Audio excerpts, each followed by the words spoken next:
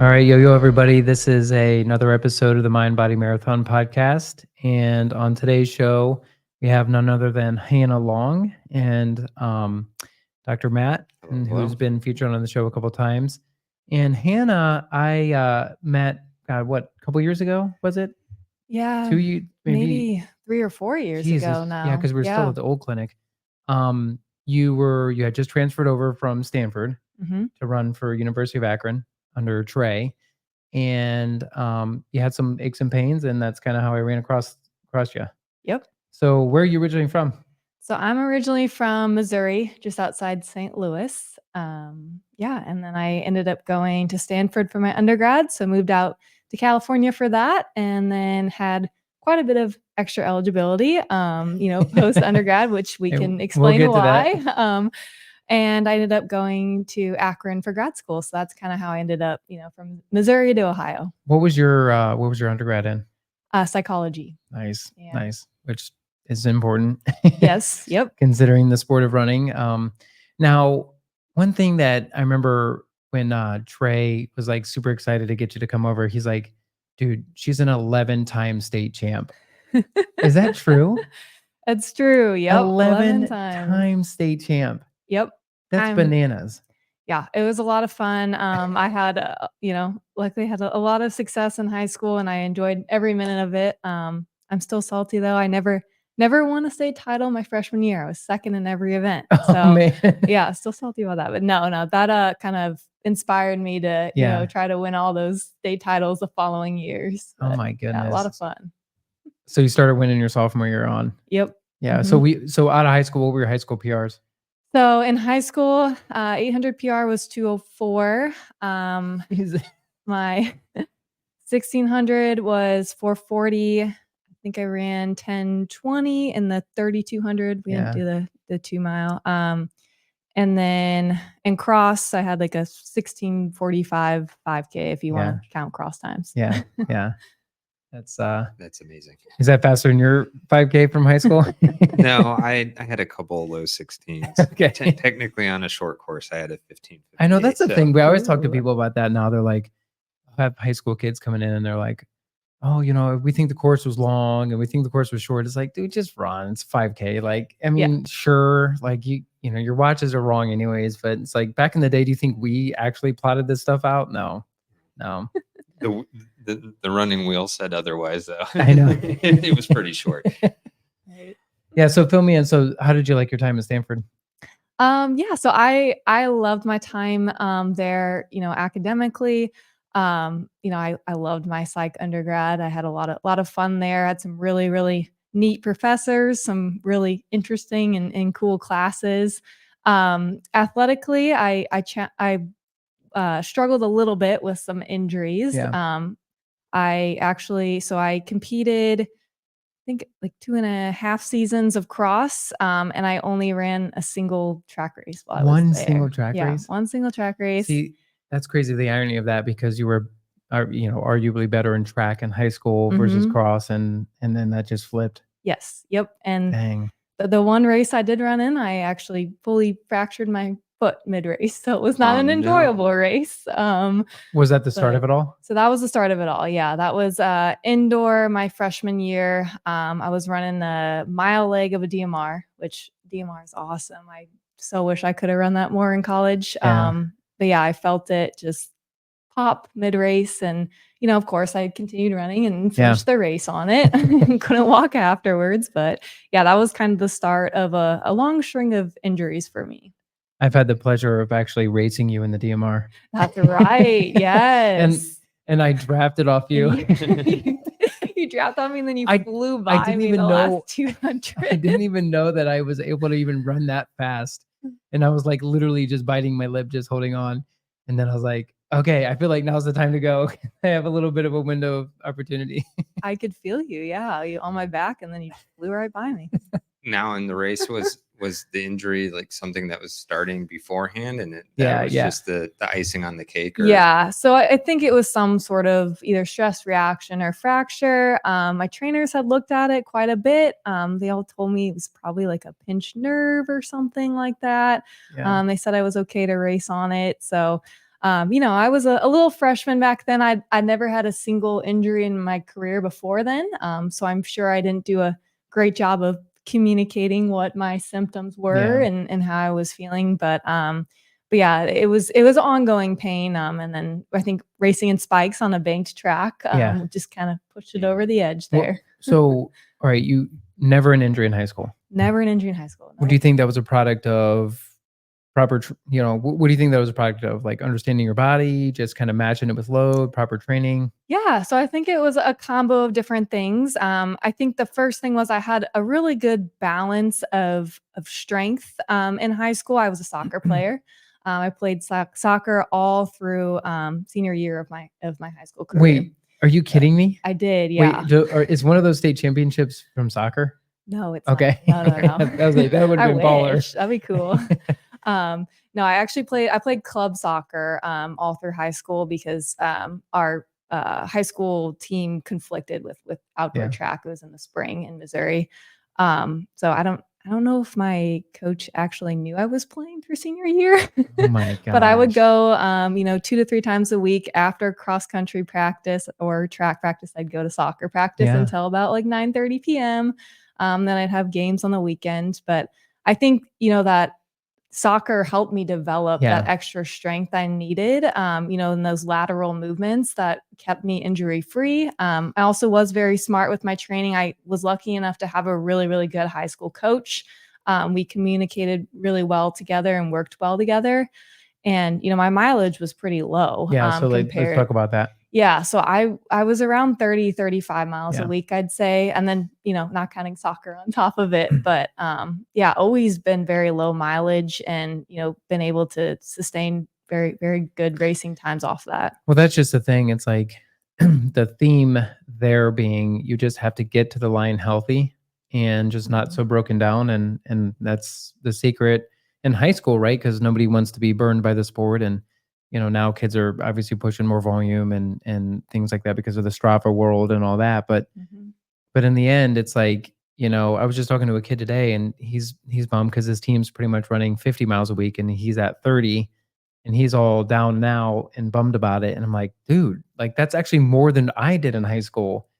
And, you're going to be just fine. Like, don't let it get in your head because like, if you didn't know that your buddies were doing 50, it wouldn't even mess with your head. But, it is because you now know that. Yep. So, yeah, I always tell people, like, especially in the NCAA now, most of the athletes that are performing the best and time again performing well at nationals are those athletes that have remained injury free, throughout their career, have had, little setback. Yeah. And, they might not have necessarily the most talent coming out of high school, or even they might not even be the hardest workers, but if they consistently just put in the work and are able to, be injury free, oftentimes those are the ones you see on the podium at nationals. And that's the thing too, is like, even if you think about it from other sports perspectives, like, if we think of like the NFL, the NFL, this is going to be an interesting observation when we hit the 2028 Olympics and we watch flag football, which will be in the 2028 Olympics.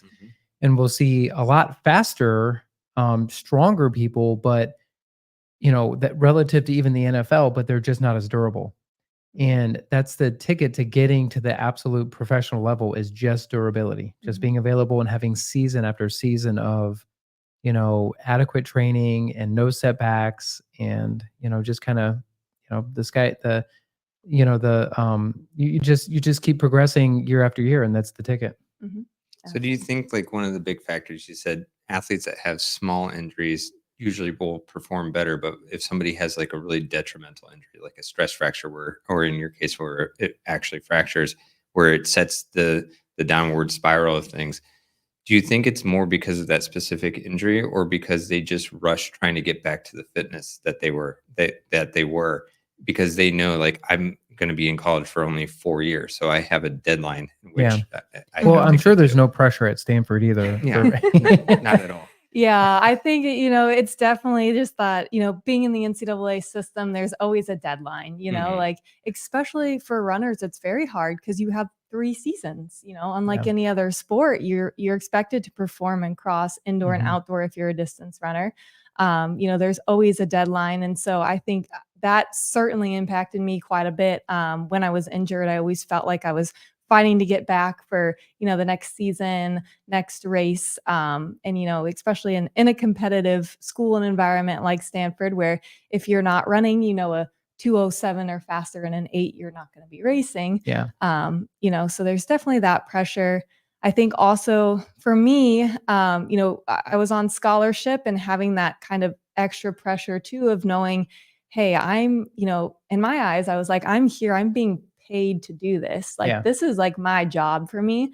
And I felt like I was almost letting my school and my coaches down if I wasn't performing. So there was that extra like added pressure to, hey, I need to get back here because this is what I'm being paid to do. I know, and it's interesting because even just that little bit of pressure being different from high school could be enough to make you press a little bit more, kind of push through things you normally wouldn't have, and then eventually kind of leading to the overall injury. So you had the foot fracture happen freshman year. So kind of walk us through what happened after that. Yeah, so that one, perfect example of me trying to rush the process a little bit. Um, I, was trying to get back into things, and I was cross training really, really hard. I was spending hours in the pool, doing all sorts of PT stuff that was almost excessive, trying to get back, and my foot was just not healing. And 6 months, post fracture, there was still like very little signs of healing. Yeah. Dang. And I'd been in and out of, a boot, on crutches, and I still had quite a bit of pain. And so that's when the doctors told me I, should have surgery. Yeah. And they were going to put a metal plate and some screws in there to kind of just hold everything together to hopefully stimulate healing. So that's what I did.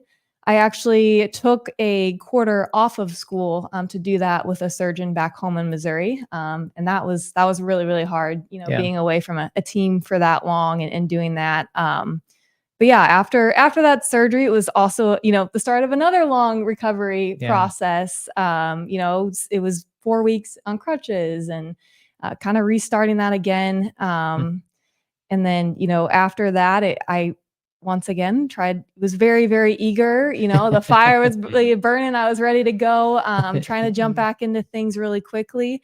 And I had a lot of issues with my hips being out of alignment just from being in a boot for, 6+ months.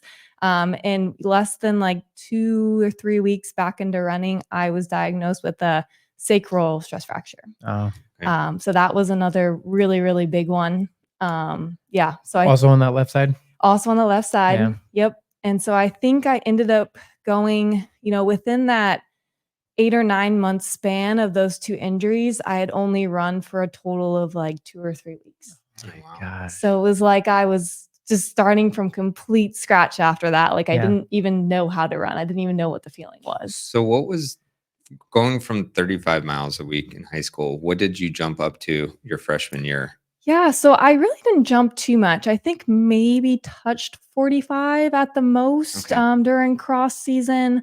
My coach was pretty good at keeping me in check on that and keeping the mileage pretty low. But I think there was just some added stressors of being on in a competitive environment with a competitive team that maybe kind of wore on me a little bit. Yeah, you were probably doing more like lifting and plyometrics and form drill stuff on top of that too. Yep, all that stuff added in that I'd never done before. Yeah, and that calculates as some load. Okay, so when I first started working with you, the first thing that jumped out to me is I thought that you had almost immediately. I was like, yeah, I'm pretty sure you got a labral tear on that left hip. And at the time, it wasn't diagnosed, right? It took us a while to diagnose it. Yeah, it took a while. And I kind of was just like, yeah, I think that's actually probably even related to almost every injury you've had. So it's interesting because this is something that Matt and I have seen like a wicked increase in. 1,000 times. It's like crazy, like a very large number. So much to the point when I was in grad school, they almost didn't even teach about like hip impingements and labral tear. Like it was just kind of like something you glossed over in radiology class. And then I come into practice and I'm like, oh my gosh, so many people are having these issues. And it just was going up like crazy. And then now I would say probably almost every other runner has a legitimate worry about hip impingement, if not a labral tear. That's And wild. yeah, Yeah. it's absolutely wild. And I don't know,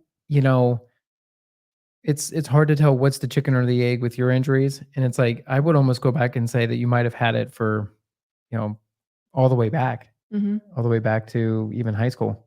Yeah. And even though you didn't have actual symptoms, but I think sometimes when you get that tear in there, it can mess with the mechanics of things. Mhm. Um, so now you have some of these issues and some of these aches and pains. So walk us through kind of what your running looks like now. Yeah, so, a little different now. I just kind of pick and choose what kind of races I wanna run, but I'm still, involved in racing. I did a lot of road races, this summer. I still like my shorter stuff, so Yeah. mostly mile road races. And then I also helped, assistant coach a little bit at the University of Akron, which was very fulfilling to me. Yeah. It was really cool to, participate in the sport in a new way. In addition to doing that, I paced some college races for Akron as well as some other Mhm. universities in the area. And that was also a really cool experience. I really enjoy pacing and being in a race in, a different way than I was used to. Yeah. So just having some fun with it. I'm running times that I ran back in high school off of like 20 miles a Yeah. week and working full time. So yeah, I mean, it's something that I'm proud Yeah. of and that No. I really enjoy and I still have fun with it. Yeah, and I kind of was alluding to this before the podcast, and it's like truth be told, and it's like that's definitely why I wanted to have you on the podcast because I always appreciated, knowing you for now probably 4 years or so. It's like I always appreciated your interest in performance despite like the setbacks and sort of the fall from grace from some of the performances from high school, but you're still just out there having fun with it. Yeah. And on top of that, that's why I brought up the labral tear. You're running within like other issues. Like you have a Mhm. labral tear and you're still racing and training. And people need to know that it's not just a surgery that they need to rush off and get, that they can manage it. Yeah. If it's if they find the right person to kind of help them out with that. Absolutely. Yeah. And you were my right person. So glad you're able to help me out. But yeah, I would say um I think that's what, success in running comes from is, it's from mitigating your weaknesses and trying to, focus on your strengths. And, sometimes you have to be a little creative Yeah. doing that. But I think once you know your body and you know what your weakness is, you can work with that. Yeah. And you can figure out a way to formulate a plan that can, get you to the same spot as someone else who maybe doesn't have that weakness. Yeah. Yeah. So what would you say would be some specific kind of tangible tips for somebody that's been struggling with injuries, maybe they're in college, maybe they're Mhm. struggling with injuries in high school and they're just not really able to find solid footing and they're getting frustrated and they want to quit the sport. Yeah. Did you well, let's back up. Did you consider like just stopping altogether? Absolutely, yeah. I had that thought a few times, especially when I was dealing with, after my foot surgery. It seemed like everything I was doing, it just wasn't working. I was trying every sort of, like therapy possible, strength training, PT, doing it all. It just didn't seem to work. But I think when you have an injury, you have to ask yourself two questions. You have to first think about, what is the cause? Like, is it, do you think it's a mechanical type issue, or is it the result of some sort of, overtraining? And then that can help guide you as to how to, tackle the next step and Yeah. and formulate your cross training plan and stuff. I think if it's an overuse injury and, you're feeling exhausted or, maybe you had an injury pop up at the end of your season because you're, adding in higher mileage or things like that, then that means you really need to take a step back. Yeah. And the goal of your off time should be to truly recover and focus on your sleeping, your nutrition, and all Mhm. that kind of stuff.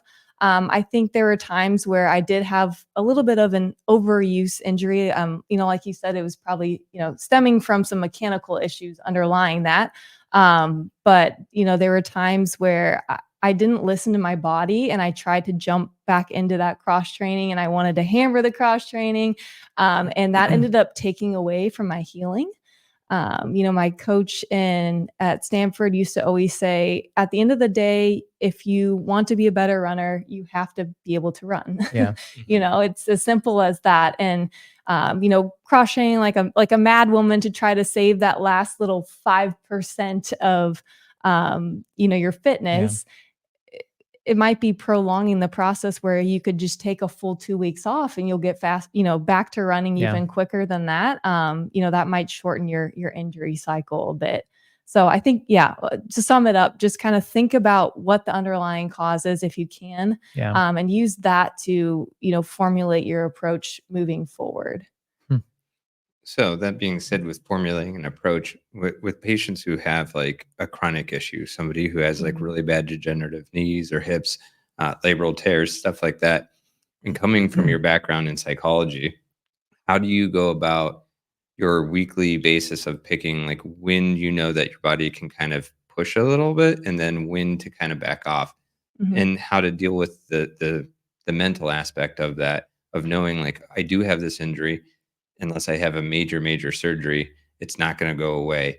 How do I prepare myself week by week, in my training to still do the things that I'm passionate about? Yeah. So I think part of that, the first part is, really listening to your body, which is easier said than done, but, really being in tune with how you're feeling.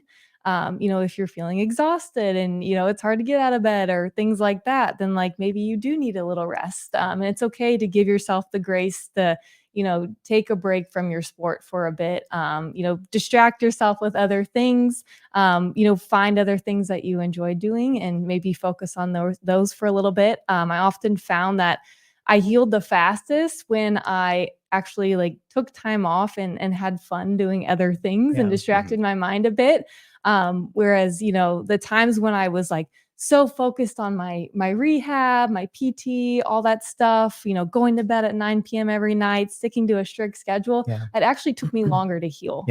And what's interesting too is, Matt and I kind of working with USATF and a lot of different pro track athletes. Is like when somebody is legitimately injured, at the very tippy top level, they don't have any problem just chilling and just backing off. Yes. And because they know they're talented, they know they're fit, they know they're strong, they'll get back, and they're not panicking, and they're also in general, and they're also like not squeezing. They're not like they're not like like you said, like trying to go to bed early every night, like trying to just obsessing about it and obsessively cross training, obsessively doing this stuff. Like that's generally speaking, they just kind of just back off and just kind of let the body and mind heal together. Actually. Absolutely. And I think the biggest thing that, running and going through these injury cycles has taught me, is that, it's really taught me how to love something that doesn't always love you back. I think that sounds like kind of crude, No, but it's awesome. it also relates to life in general, being able to put your head down and grind sometimes when you're not getting something back immediately or even anything at all. That's part of life. And, unfortunately, like injury is a part of sport. And I would love to say, like if you rest X amount of days, you'll be great and you'll be back into things. But unfortunately, you don't always know. And then you just have to take a step back and relax a little bit and know that as long as you still love it and you put energy into it, it'll come back to you eventually. Yeah, I love that. I'm gonna have to steal that from you. Yeah. So one of the things that I was also interested in, kind of jumping off the injury platform here, and moving to a different topic is the topic. And I didn't know that your background was like psychology, but being an 11-time state champ, that's a lot of you figured out how to win early. And what like walk us through, learning process of how to be successful and how to take it to the next level and how to just really find the best in yourself within that. Yeah. So that's a big question. Okay. So I would say, I mean, I just love, for me personally, I just love the grind of it. I love feeling, being able to push myself to my limits. Yeah. To me, that's really rewarding. And I think that is what drove a lot of my success in high school.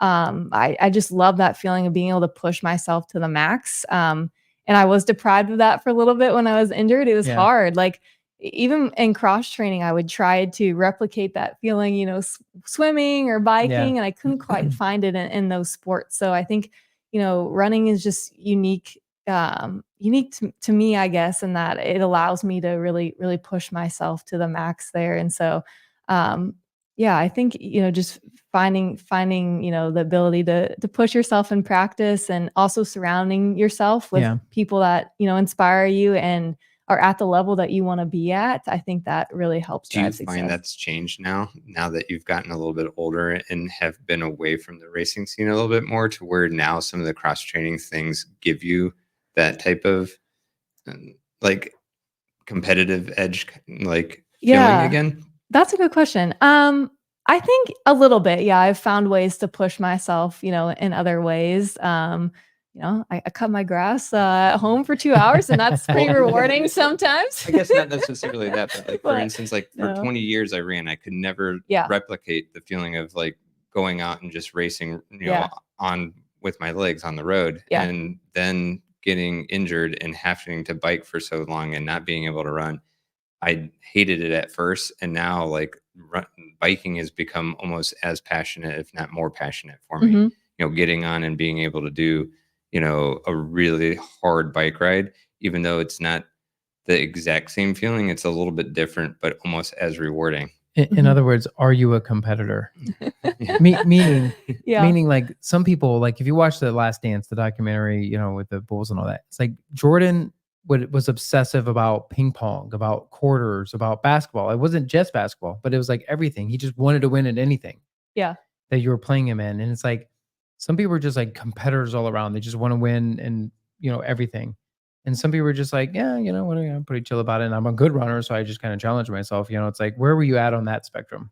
Like, are you competitive with your siblings? Are you competitive with like, if you play a game of like cornhole or something like that? Yeah. I would say I'm pretty competitive. I have 2 younger brothers, so if I wasn't competitive, I would get the crap beat out of me. So, but no, I see what you're saying, Matt. I definitely do find, some satisfaction in other sports. I think running is just so close to my heart that I would like to say that that's the only sport that I get that feeling out of. But yeah, I feel like I'm fairly competitive. I'm not like ultra competitive. Like I'm not gonna kill you in ping pong or something if I lose. But yeah, I definitely find myself being more competitive, especially it's interesting being in the professional world, at my job, we have all sorts of we'll have fun company activities. Like we just had a golf outing and stuff. And I'm usually trying to hype my teammates up. I'm like, guys, we have to win this. And they're like, why? Like, it's okay if we don't win. We're just here for a good time. And I'm like, no, you don't understand. It's a sport. You either win or you lose. There's no good time. Like, come on. That's hilarious. Do you still, do you miss soccer? I do miss soccer. Yeah. Would you ever get back into like rec soccer? I've thought about it, but honestly, like where were you at on the pitch? So I played center mid for a while, but I was pretty small, so I would get bumped around a bit. So they ended up playing wing a lot, just because I had the speed for it. But yeah, I have always wanted to. I've honestly always been a little scared because of my hardware in my foot. Yeah, I worked very, very hard to work that foot back to a good place. Yeah. So it scares me a bit to strike the ball with the left foot, but I think it is something that I would Do you watch enjoy soccer? doing. Lately I have not watched much of it, but I used to. Yeah. Yes. Are you left-footed, like in soccer? I'm not, Okay. no. So I could get away with it a little bit. Yeah. That's awesome. All right. So, what would you say if you had to go back in your career, all of your career from the very beginning on, what would you say is the most like memorable race? Most memorable race. Something that just like jumps out and was like, that was a great Ooh. special day. Okay. Like all the way back? Like am I going all the way back to high school? Sure. Okay. In high school, I loved the 4x800. I remember hearing about the yeah. 209 split of yours and that 148. Yeah, I can't remember. I think it was senior year. I ran 206 split. Oh Yeah, man. in the 4x8 at state. But that was always just a special event for our team. We had a lot of just good tradition around it, a lot of state champions from our school in that event.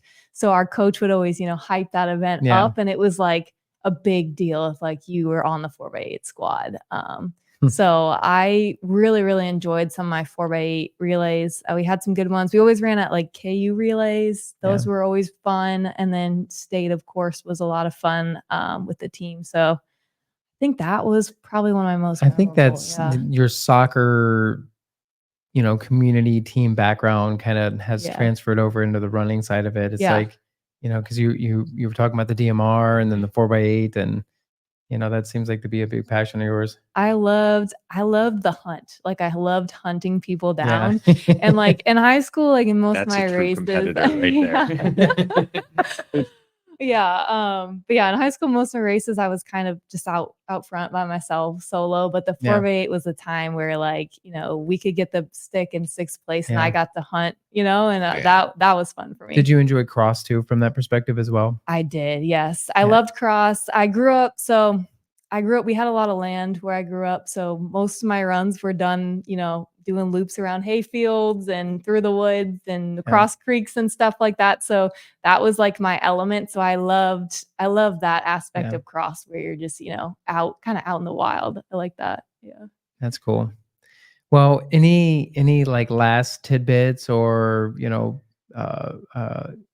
suggestions for our Yeah. listeners relative to your experience with running and performance and all that?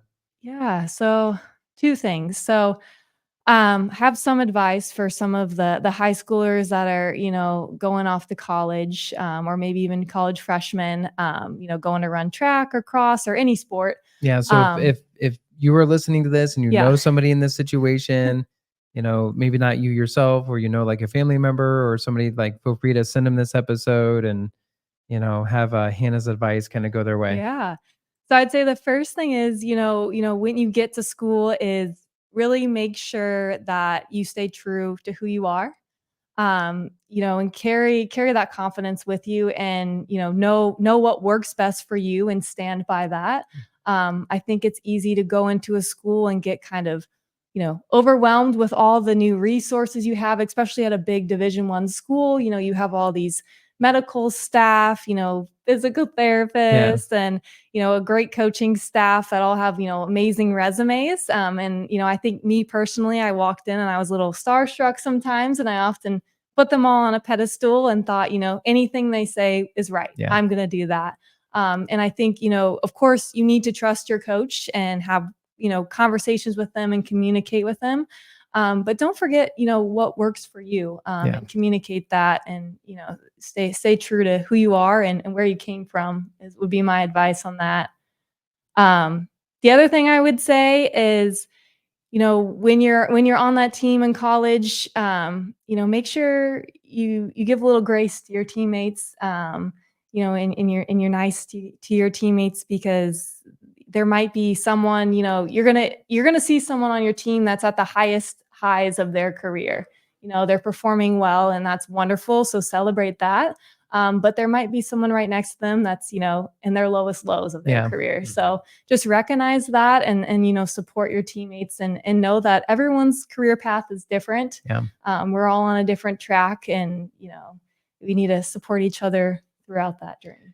No, that's great advice. And that's just it. It's like, you want to celebrate success and you want to be there for them in that moment. And then it's also important to read everybody else on the team and just make sure, that their running is not their identity, and that their self-worth is not tied to that.